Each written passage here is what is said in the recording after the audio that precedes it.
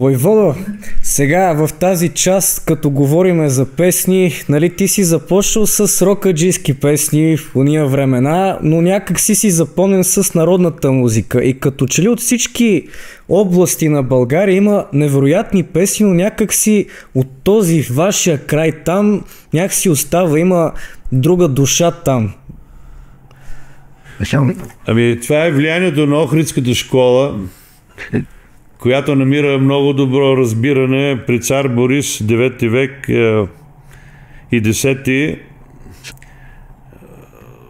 В тази школа, създадена от великия светец свети Климент Охридски, и цар Борис Първокръстител, който казва на Климент: иди, Клименте, и помогни на... Иди, Науме, и помогни на Климента в новото писмо на братята Кирил и Методий. И те, създавайки, усъвършенствайки глаголицата, не си приписват заслугите и името на тая азбука, която е по-достъпна, а наричат на най-мъдрия, нашия Соломон на нашата история. Това е свети Константин Кирил Философ, който е бил държавник, управляващ библиотеката, най-големата библиотека в Магнурската школа. Той е имал тази чест да държи ключовете на всички знания от изтока и запада. По-скоро от изтока, понеже знанията са от изтока, суетата е от запада. И тези наши знания са ни давали самочувствие на народ, който е непобедим. Примерно идва светилото на Латинската империя по това време Балдуин, 1205 година, и започва да опустошава села. Тук и цар Калоян казва: какъв е този, бе? Ами вика, той е рицар, тръгнал за Божиите земи долу да превзема. Въобще повече не пита. Отива и го бастисва там в едно блато с тежките брони, бой, и го арестува, и го пленява.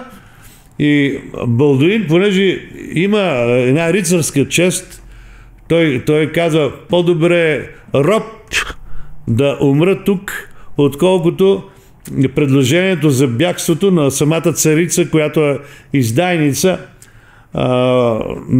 и жена на цар Калоян по това време. А цар Калоян е бил внушителен. Той е бил над 2 метра и 10 висок, грамада мъж. И това нещо, тази победа на нас не ни е простена във всичките векове след това.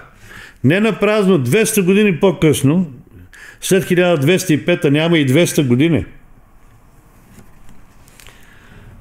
Когато идват турците от Мала Азия и превземат Константинопол, тогава нашата Шишмановата Мара от Шишмановия род се жени за Мурат. И има една стара българска песен: Мурат на Мара думаше. Обаче Мара, като майка на Баязид, завоевателя, му дава шифъра на Леонардо с една дума, му дава ключовете за Видинското царство, за Търновското, за всички неща, му казва подробности. Мара. Тя, понеже е жена вече на Мурат. Това става в рамките на един тогава човешки живот, който е бил в рамките на 60-70 години. И тази атмосфера улеснява завоюването на разпокъсаните царства на България, и България попада по 5 вековно родство. После Ньойския договор, по-късно Берлинския договор. Всичко е заради победата над Балдуин. Всичко е заради това. На нас не може да ни бъде простено, че ние сме велики. Че ние можем да бъдем велики. Ето така и до ден днес. Да. Една песен, която написах 95-та година за Леля Ванга, и сега искам да изпея част от нея. за една велика българка, която построи черквата Света Петка Българска и я надписа Българска, за да не злоупотребяват с нейното име. Понеже е родена в Струмица, а Струмица от онова време си е български град.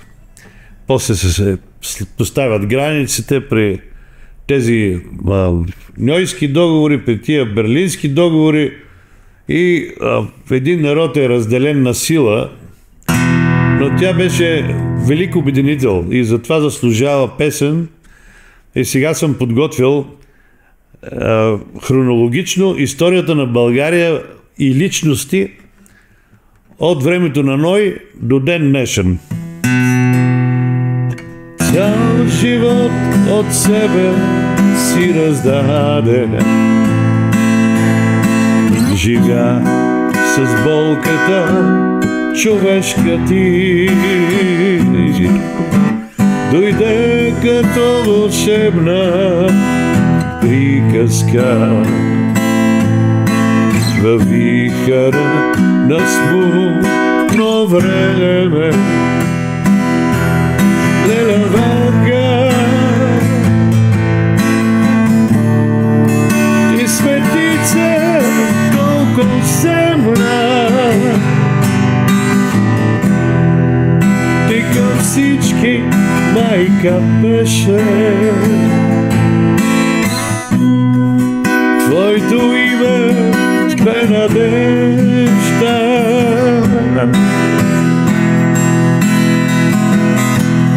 Лелеванка, и отдай за всяка болка. Много мъки в теб понесе,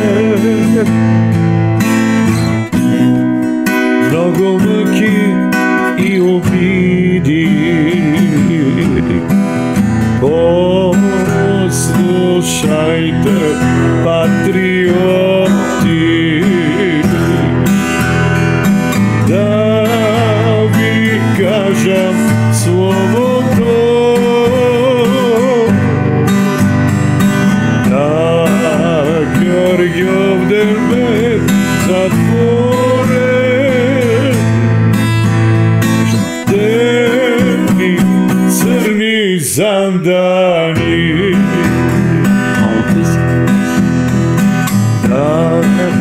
Георгиев ден бе затворен.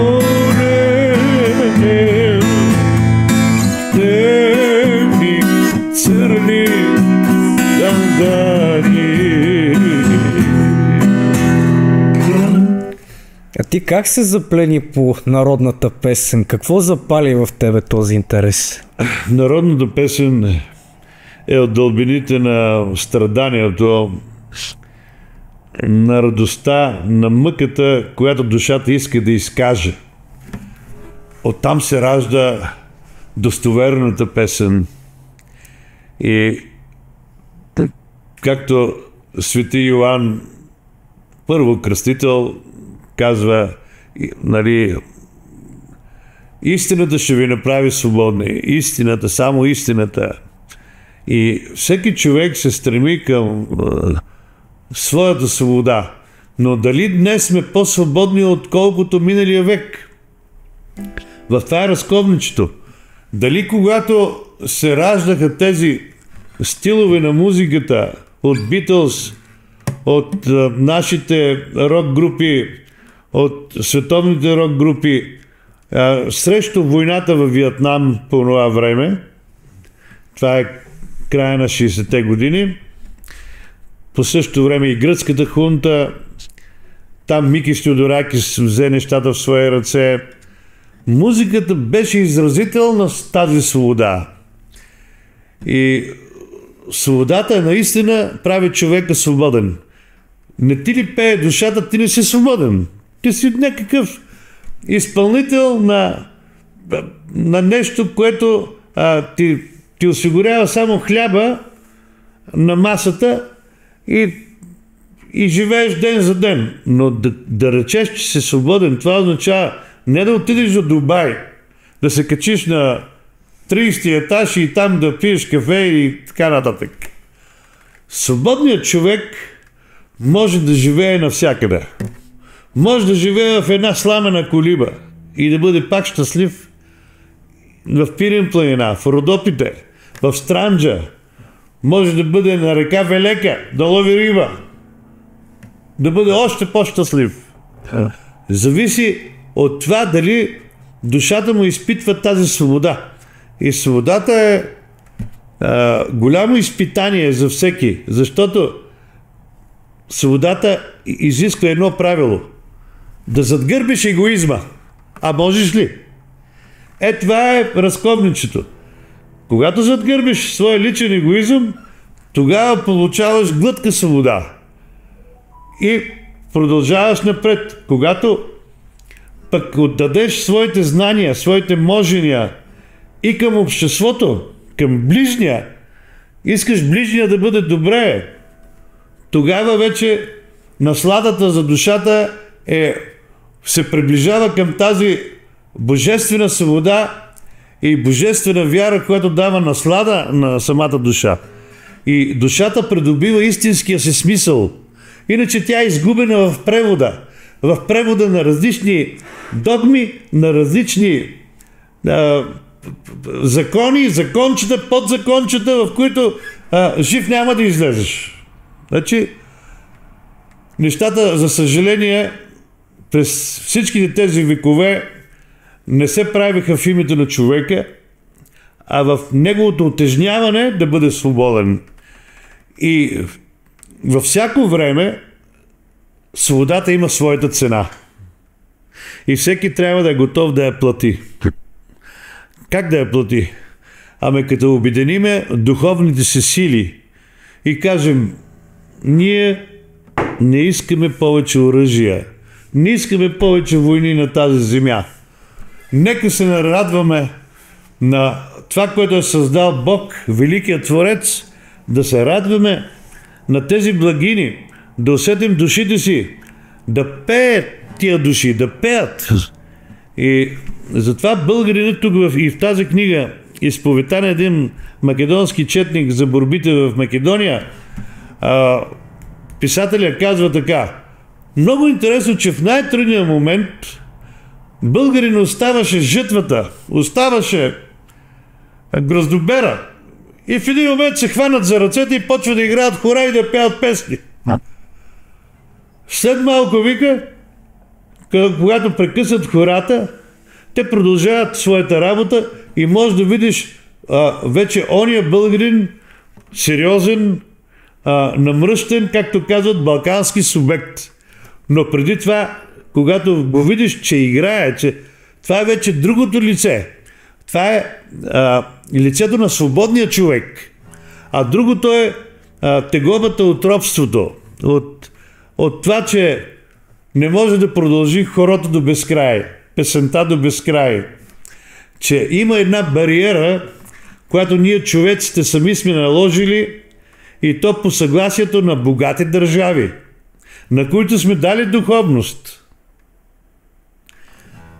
Те са съгласни ние да не живеем лесен живот.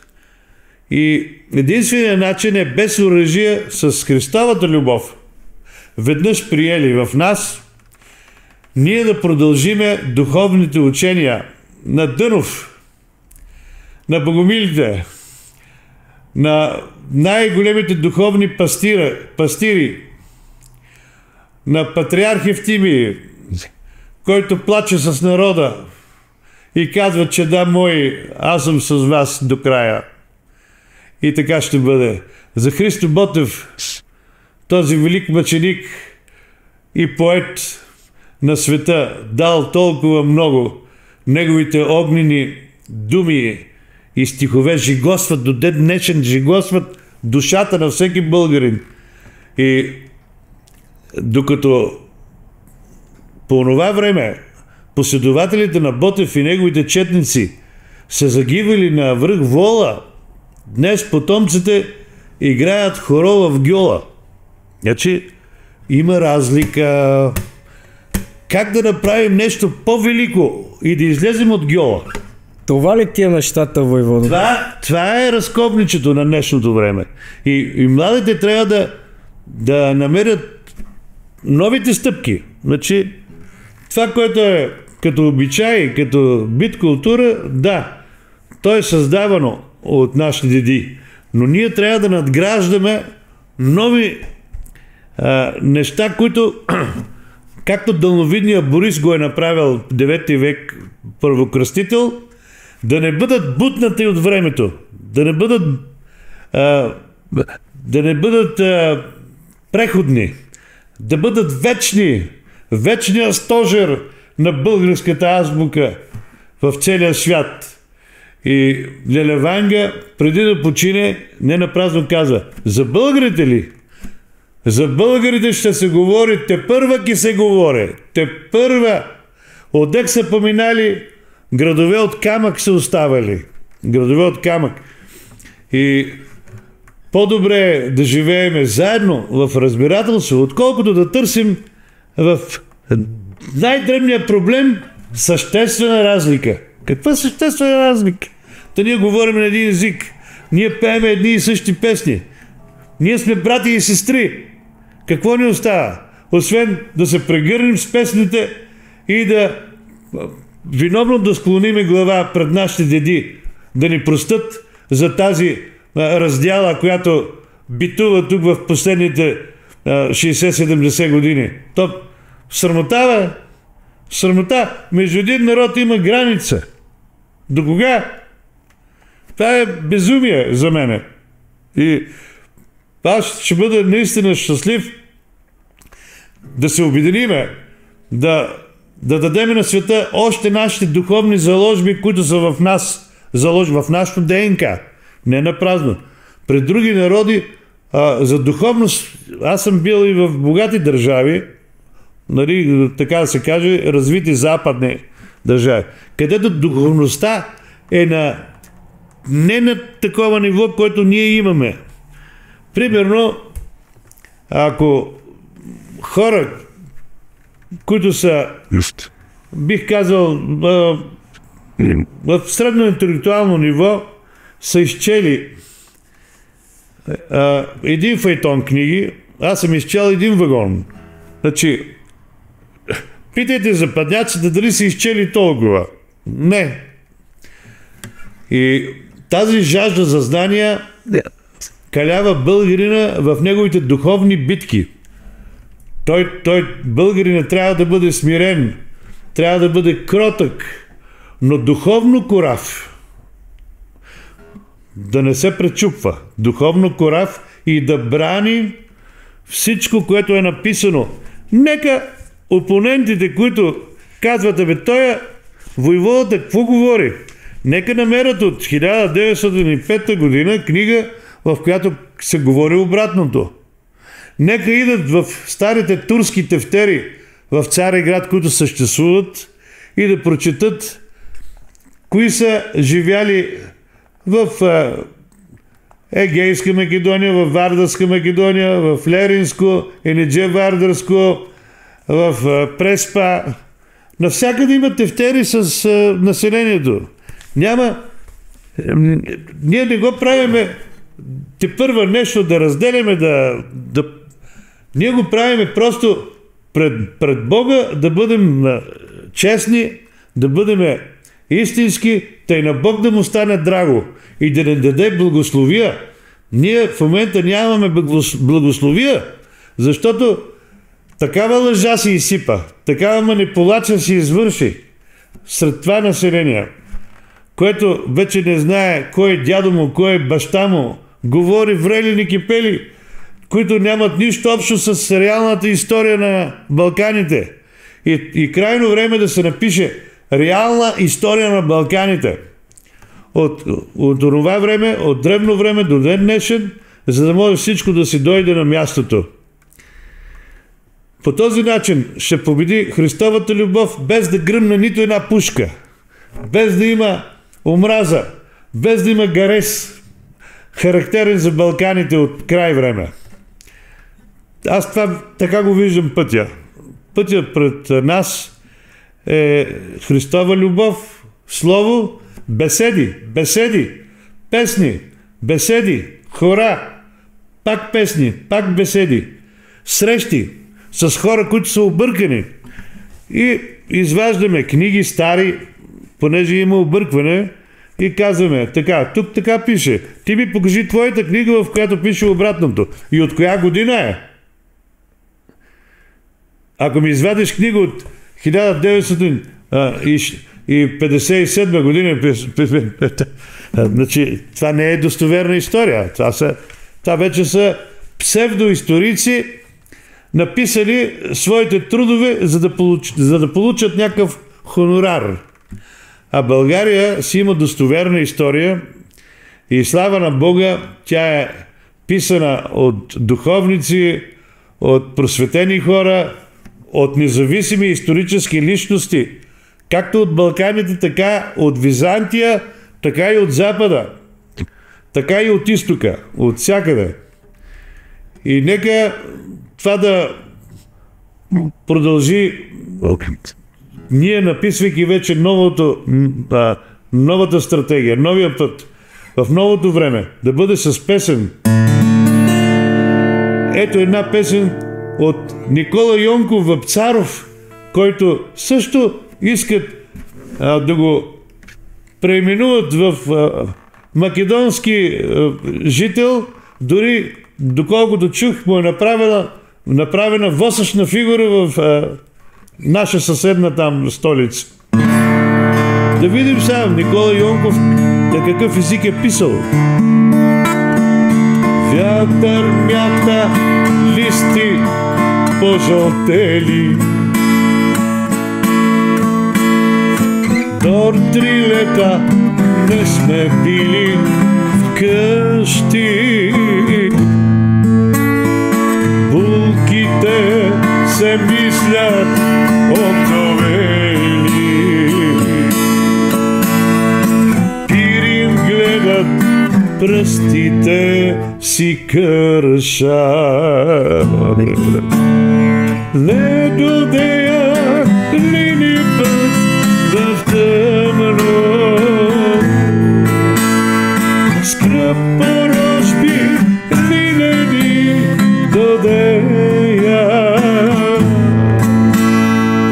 да намериш камен да осъмнеш, камен с главе търне за постеля, камен с главе търне за постеля. Войводо, за благодарност за цялата мъдрост и за финала искаме да подарим един специален подарък от нас и от нашите приятели от Пеншоп. Една специална писалка. Благодаря. И с твоето име. За ще напиша нови песни с много ще тази се радваме. прекрасна писалка. И да ни оставиш нещо за спомен. Да. В нашата книга. Да увековечим тази среща.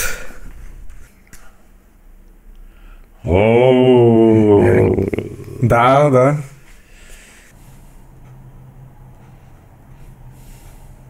На телевизионния канал Буквар всяка среща с песента разкрива нова истина за пътя, посочен от нашите деди и по който трябва да продължим, хванати за ръце в едно вечно българско хоро с песен на уста за славни времена на най-достойния народ от Кърмел, Крум, Аспарух, Борис Първи, Симеон Велики, Поп Богомил, братята Свети Кирил и Методий, Калуяна, Райна, Паисий, Вазов, Левски, Ботев, Явров и други, все българи. Бог да пази майка България. Това беше Володя Стоянов на гости в Буквара. Войводо, много благодариме за всичко, за днешната беседа, за днешната среща и ще се радваме пак. Да сте жив и здрав. И само напред. Младите поколения трябва да направят своето. Така е. На правия път сте. Трудно е. но постоянството и смирението, да бъдеш търпелив, не е отрицателна черта. Това е предимство, защото в търпението ти си победил вече 50% най-малко всеки проблем. Защото изнамираш начин да бъде решен не по елементарния начин, с сила. С сила всеки може. А по този вечния начин и работейки на духовната нива, посрещайки поредния гост тук, всеки трябва да покаже своето виждане за нашето бъдеще, както го направих днес с песните, които пиша. Те са и в съвременния живот най-силното духовно оръжие. Вместо бомби, песни, вместо боеве, хора, хванати за ръце. Тези хора са и в нестинарите, в кукерите, в носиите. Всичко е закодирано. Всичко е закодирано. И майка България е вечна орлица. Тя е царицата на Балканите още от древни времена. И ние затова като народ не сме имали роби, защото знаем, че пречупвайки човек в роб, ти създаваш враг. А ние не искаме да създаваме врагове. Ние създаваме само приятели, ние създаваме чрез Христовата любов една братска обич, защото тя е вечна. И там само можеш да заспиш спокойно. Ти си направил своето нужното, необходимото и можеш да заспиш спокоен за утрешния ден. Войводо, една молба сега за финала, за нашите приятели и заедно аз ще взема китара да изпеем за верните другари. Добре.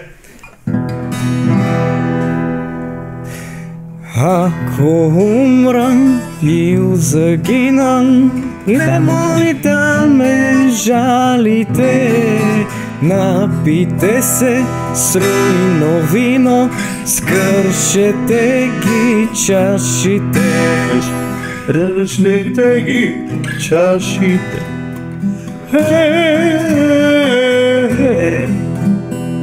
Верни другари, песна запейте, мене спомнете.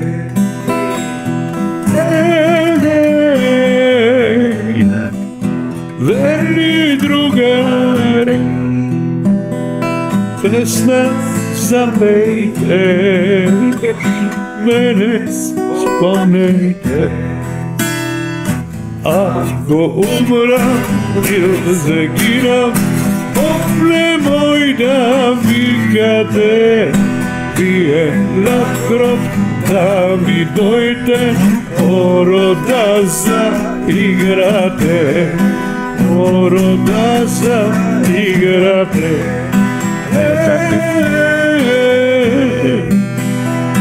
Верни другари, песна запейте, мене спомнете.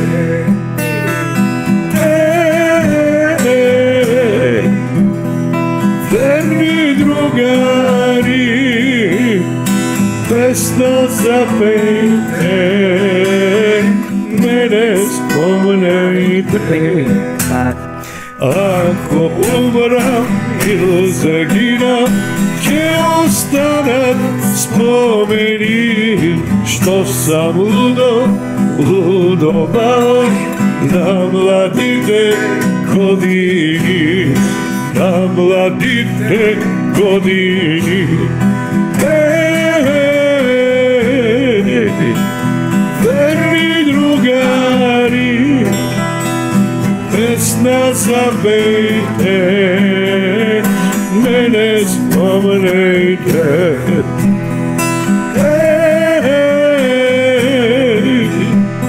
Верни другари, песна запейте, мене спомнете. Човек живее, за да се бори. Родът за свобода, свободният за съвършенство. Така е било и така ки биде. Амин.